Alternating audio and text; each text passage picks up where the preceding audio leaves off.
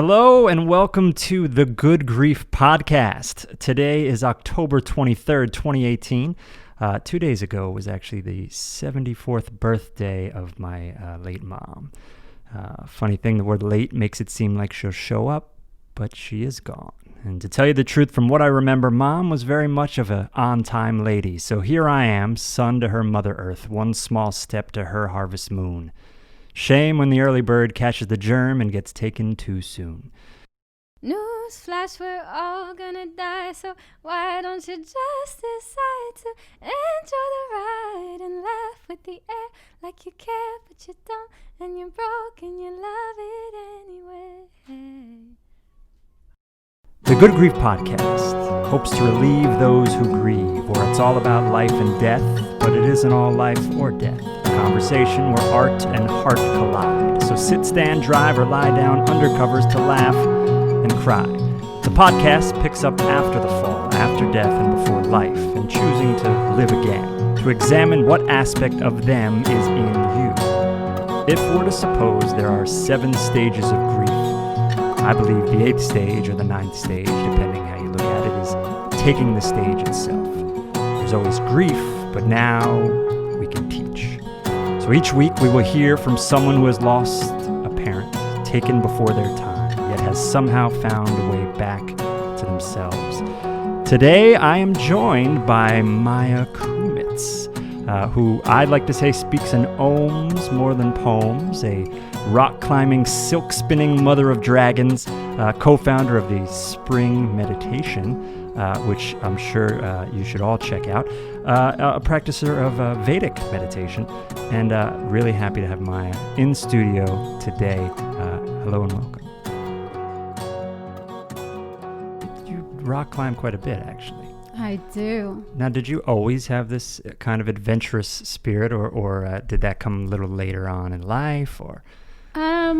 I think it came later. The rock climbing is actually very interesting and on topic because I learned to rock climb on Father's Day, 2017. It was June 18th. And my father was always my rock. Right. And so climbing reminds me a lot of my father. Also, when I was a child, I liked to climb things and jump from high places. Yeah. And my father was very much an enabler. He would encourage me to do it. My mom hated it, but he would encourage me. And when I would climb too high to jump on my own down to the ground, he would catch me on my way down. And so I didn't plan to learn to climb on Father's Day. It just worked out that way. I was free because, my dad's gone. And there was a class available, and it's something I had wanted to do for a long time. And it worked out really beautifully because climbing reminds me of my father. Wow, that's beautiful. Now, when you rock climb, so you're hooked to something, right? You're kind of like you have something that will kind of catch you. Have you actually gone free solo like Alex Honnold? No. Yeah. That I have not done. But there's definitely safety. That's mm-hmm. part of it. And you can be top roped, which is more safe. You don't really fall far when you're on top rope because the rope is always above you, catching you. You just come off the wall, but you don't fall down. There's also lead climbing where you're clipping in as you go. And that has the potential of big falls. And I've taken some big falls myself. Wow. But your rock was taken from this world. So my father had cancer. He was diagnosed at the age of 53, and about 9 months later, he passed away at the age of 54. And those last 3 days of his life, when he was checked into the hospital for the last time, are ingrained in my memory. I camped out at the hospital with him. I have very, very vivid memories. My father happened to have lung cancer, and he essentially suffocated to death. And I was there watching him suffocate to death. And it's always interesting because you don't know which breath is going to be the last breath. And so he takes a breath, and then there's a pause, and you wait, and you wonder, is there going to be another one? And then it happens again, and the same, you wonder, is there going to be another one? And then with the last one, there's just this long pause. There's nothing after that. And it's this weird, awkward silence and pause. And I remember that really well. There was only one set of dry eyes in the room, and that was mine. And I remember thinking, what's wrong with me? Like, why can't I show emotion? But I think I was just stunned. Plus, I spent the last 9 months crying pretty much nonstop. So maybe I had used up all my tears. Right. And then did you find for your family, you ended up being the rock from that point on? No, definitely not. Right. Definitely not. I was just stunned. I was in shock. Actually, that was the first time when my father was in the hospital. It was the first time I ever had a true panic attack. I was full on hyperventilating, shaking, total panic. The nurses had to come run over and give me Valium or something to calm me down. So I was already an adult. I was married. I had my first child, but my brother was 17, still in high school, living at home with my father. We had a big gap in age, and we were in very different places in life. So my father at the same time was a grandfather and the dad to a high school kid. At what age, I guess, did you tell your children about this? So my daughter was a year and a half old, or even younger. She was about 9 months old when he got sick. She was still very small. So I didn't tell her. I mean, she knew what was going on, to whatever extent a 1-year-old child knows what's going on. After my father passed away, I had my second daughter. So basically I had one child in 2005. My father passed away in 2006, and the second child in 2007. So it was a very interesting few years for me. And my second daughter, she basically grew up knowing about death and hearing about death. She was named after my father. And death was very much a part of their lives and their childhood. Right. Now, did you enroll in any type of, you were saying you were having panic attacks. I'd imagine you're going through a lot of different stages at this time. Did you seek out additional support in that moment, or you kind of kept it within the nuclear family unit? What activities were you kind of engaging in or disengaging from at that time? I actually didn't seek out help, and in hindsight, it would have been a good idea. My brother and I, even though we had this large age difference and we grew up separately, we always got along and we always liked each other, but we were never really close because we were at very different stages of life, at all times.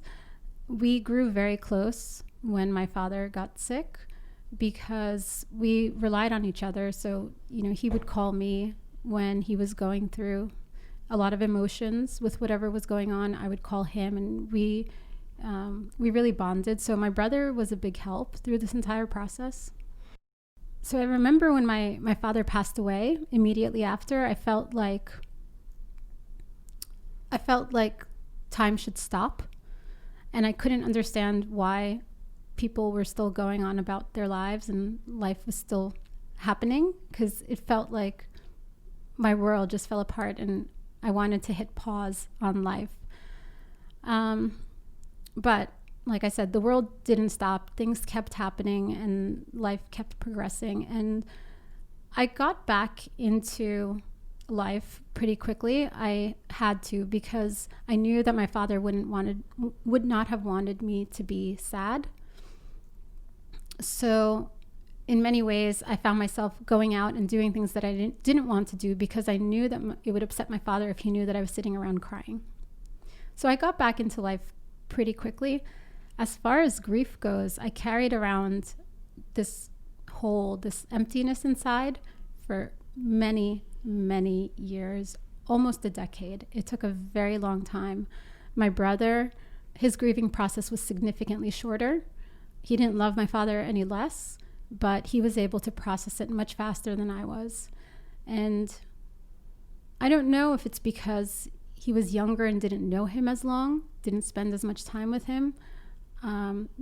Maybe it's because he's just wired differently than me, but it took me a very, very long time. My father was a jeweler. He had his own store and he was a master craftsman. He made custom jewelry, and his clients would come to him and talk to him and tell him about their personal lives and ask him for suggestions. So he had a lot of trust and respect with his clients. He shared a lot of wisdom. They appreciated that aspect of him. I'd like to say that that's something that I've taken from him. You know, if you look at the work that I do teaching meditation, it's not very different than what he was doing at work. You know, students come to me, they tell me about their problems, they ask me for advice. So I think that's something that I got from him. When I was 18, my father made me a necklace. It was a very simple necklace. It was a round diamond on a chain. It was a necklace that looked like a million other necklaces. It wasn't too special, but he did hand make it for me. And I wore that for years. And then on my 21st birthday, he asked me for the necklace back. And I thought he was just going to take it to work and clean it, because he was always complaining that my jewelry looks dirty and doesn't shine as much as it should. And when he brought it back, he added on another diamond, this kind of, oval-ish shaped diamond. And so he completely modified the setting and he brought it back, and it was the most beautiful thing I've ever seen. I didn't expect it, and it was just gorgeous. And I put that necklace on and didn't take it off for almost 2 decades. I wore it consistently for almost 20 years. Wow. And so that reminds me of my father the most. That's sort of the physical manifestation of my father. I have other jewelry from him, but I think that piece really spoke to me the most. And I haven't done it yet, but ultimately I'd like to get it tattooed on me, the design, because I want it on me at all times, but I don't necessarily want to lose the object. I want the object somewhere safe. Sure. Now, is there something, I guess, in nature or something that reminds you of this person? Mountains, all rocks, mountains. Yeah. Right. And then how about art-wise? Maybe a film, maybe a poem, maybe a movie, something that really kind of has spoken to you in the past, that every time you watch it, it kind of echoes that relationship. A couple of sculptures in my apartment remind me of my father. There's one that he made when he was in his late teens or early 20s. It's kind of like a mask, and it's a self-portrait of himself. It's a wood carving that he made. And so that hangs in my apartment, and that reminds me of him because he made it himself, and it's meant to be a self-portrait, and it looks sort of like him. Also, a good friend of his is a sculptor and artist, and my father gave me a couple of pieces of his that also hang in my apartment, and they very much remind me of my dad. So I became much closer to my brother because of my dad's illness and passing.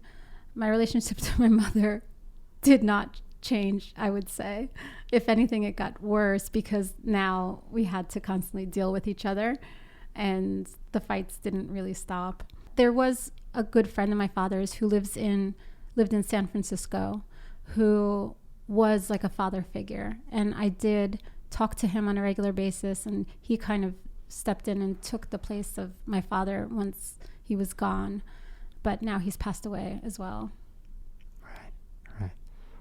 Would you remember what the first loss that you had was ever? Yeah.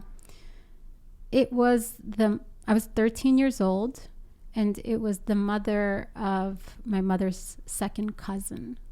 So it was kind of a distant relative, but it was the first funeral that I ever went to at the age of 13. And this one happened to be an open casket funeral.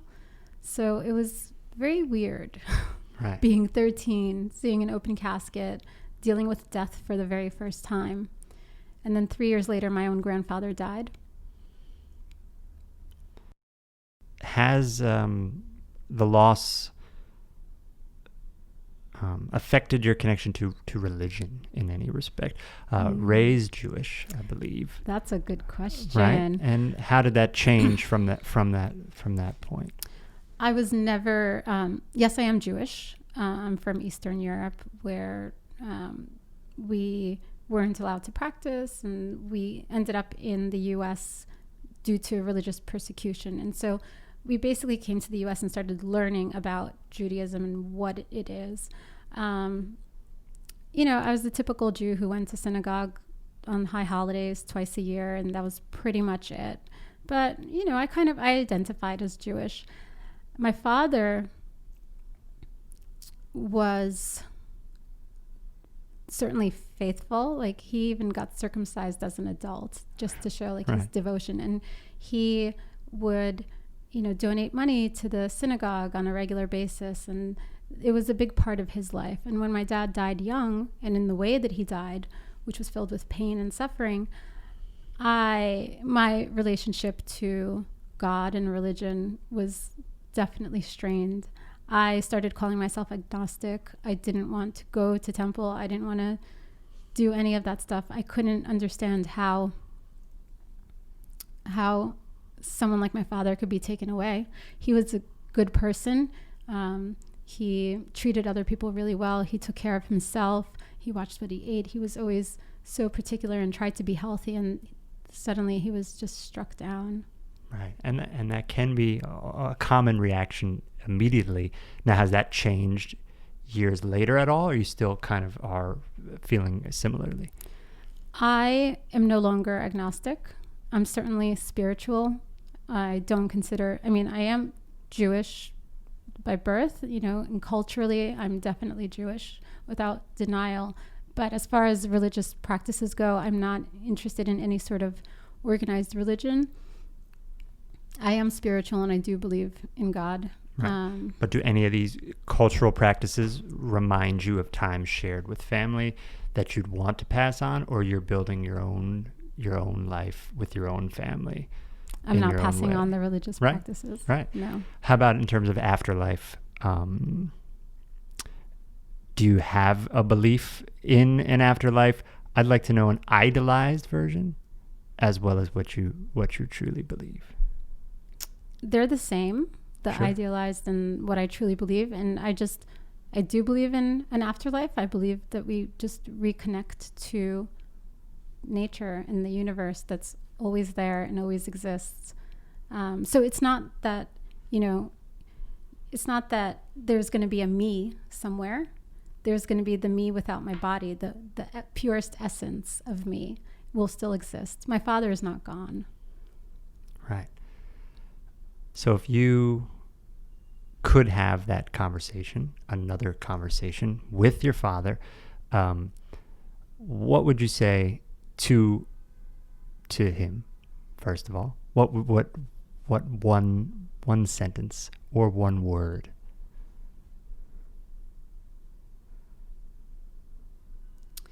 So that's tough. I mean, one sentence would be, I love you. Right. That's it. What I would actually say to him, if I could have another conversation with him, would be what I said to him when he was on his deathbed. He was morphined up, and I don't know if he actually heard me or not, because he couldn't respond. I think he heard me, but he couldn't say anything, and he really couldn't express himself. What I would tell him is how proud I am of him, I'm proud that he was such a good father, despite the fact that he himself never had a good father figure. He didn't follow the footsteps of his stepfather, who was not such a great person and abusive, and he basically forged his own path. Right. And then maybe what would you say to yourself at 28 with a family, immediately after that happening, having the knowledge that you have now? What's something that you might say to your younger self at that time? Buckle up. It's going to be quite a ride. The buckle. Sure. But ultimately, I would say that, believe it or not, one day you will see this experience as both the worst thing that has ever happened to you and the best. Right. what will make you, what will trigger you at this point to puts you in a sad place, reflecting back on it, that at current will make you upset? Nothing. Yeah. It took a long time to process my father's death, but once it was processed, nothing makes me sad. Right. And then on the flip side of that, then when do you find yourself smiling about it? About what specifically? About thoughts of your father. Oh, anytime I think back to my childhood, jumping from high places and being, tomboy, doing things that my mother didn't want me to do. My relationship with my father was mainly built over the phone. He worked a lot. Mm-hmm. And so we talked on the phone. And usually when I was calling, he was at work. So I would keep it short and sweet and simple. And I kept it to the essentials. And he would never turn down my call. He would drop whatever he was doing and pick up the phone to talk to me. And that always made me feel really special. But so no, we didn't spend a lot of time together in person, laughing and playing and doing things like that. Right. Now, how has meditation helped you, and how can it be also a gift for other people maybe going through something such as a profound loss or grief?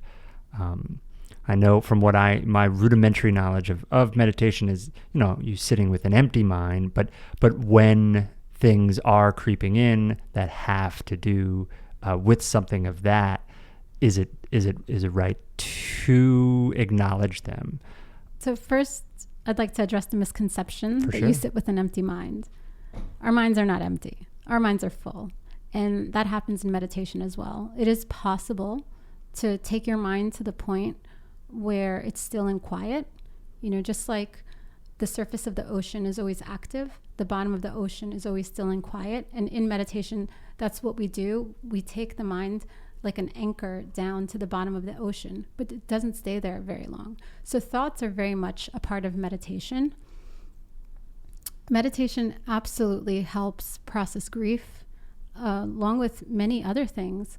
Stress and grief and pain is in the body. It's not in the mind. So it's not mental, right? It's not above the shoulders.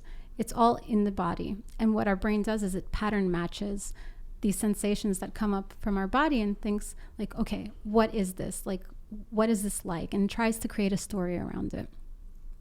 So when we sit down to meditate, we settle down the mind, which settles the body and lets the body get deep rest. And when it rests, it repairs. It naturally starts releasing stress and cleaning up. And you start letting go of things, but you don't even realize that you're letting go of things. You just do this in very natural technique, and things start shifting in your body.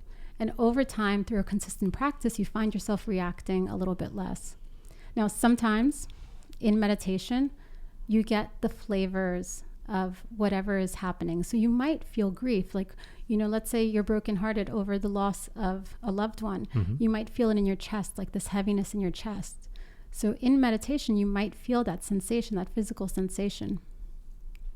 But that's just a sign that it's leaving the window of perception. That same experience that you had coming into the body, you let it go, and you'll feel it on the way out. But you continue to meditate, and it'll stop happening because you're just letting all of that stress and heartache go. Let it dissipate. And can you talk a little bit of group meditation versus solo meditation? I know you practice with others around you, and how you're able to still have that same effect solo, or maybe the different aspects with it being solo and group. Well, the style of meditation that I teach can be practiced solo. In fact, once you learn, you are a self-sufficient meditator. You can meditate anywhere, anytime, without an app or a teacher or a buddy. You can you can do it on your own. And that's how I did it for a long time. Now that I'm a teacher, I offer group meditations, and people like it because, one, they get access to a teacher. They can ask questions about their experiences and about the technique, learn a few things. They also get to meet other meditators. And also sometimes when you get into a group, the meditation experience can feel deeper. But it's not a requirement. Right. So when you're going through something, like you said, with grief, you would suggest somebody meditate. How soon after? How? As soon as possible. As soon as possible. As soon as possible. Mm-hmm. Don't wait. And not just, so I teach people who are terminally ill for free. It's something that I do because meditation helps with that as well. Doesn't exactly address your question, but one of the things that we do in meditation is we touch down to our essence. It's the us without our minds, without our bodies, without the thoughts. It's just, our true essence. And a lot of times the scary part in dying is that feeling of losing your body, because we're so used to identifying with our bodies. So anybody who's terminally ill, I will absolutely teach for free, because by meditating and experience that feeling of yourself without your body, that eases the process of passing. Now, as far as somebody who is not terminally ill, it helps because you start letting go of the stress that's stored up in the body, and you start being able to deal with things for their face value as opposed to reacting to things. So you're ready to shed body, aren't you? To be brain and vat, or hook your consciousness up. I find it interesting. We didn't even cover this, that you had a background in computer programming before that. How are those two worlds linked in your mind? Rather, we know how they're different, but what do you see as the connective tissue between meditation and computer programming? Well, the work that I did in tech is incredibly stressful. The nature of the work is very stressful. The backlog of what needs to be done is constantly growing. It grows at a faster pace than you can chip away with it. It's a very overwhelming type of job. And because of the tech work, I was overwhelmed and stressed out and an anxious person. And that's the connection. If it wasn't for all of that stress and anxiety and pressure, I would not have turned to meditation. Anything else that you'd like to say to other people that may be going through a loss of some kind?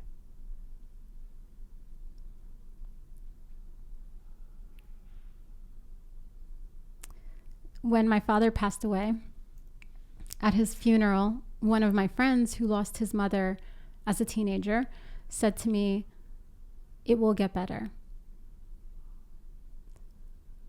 And I remember that very clearly because for years it didn't feel better. It actually felt terrible, and it just was not getting better. And I couldn't understand why, and I couldn't understand why it was taking so long. And my brother would tell me, "You got to get over this. You got to get over him, But I couldn't let it go. And I think eventually it did get better. So his words were still true, but they didn't feel true for a long time. And I think my ultimate takeaway was that I had to rewrite the story of what happened to him, the story of what happened to me. I had to rewrite it over and over and over again until it became a beautiful story, a good story, as opposed to a sad, negative story. So it took work. It gets better, but it might take some effort. 575, still so very much alive. Maya, aka Hi Kumits. Thank you for coming on the Good Grief podcast, and have a wonderful eternity. Thank you so much.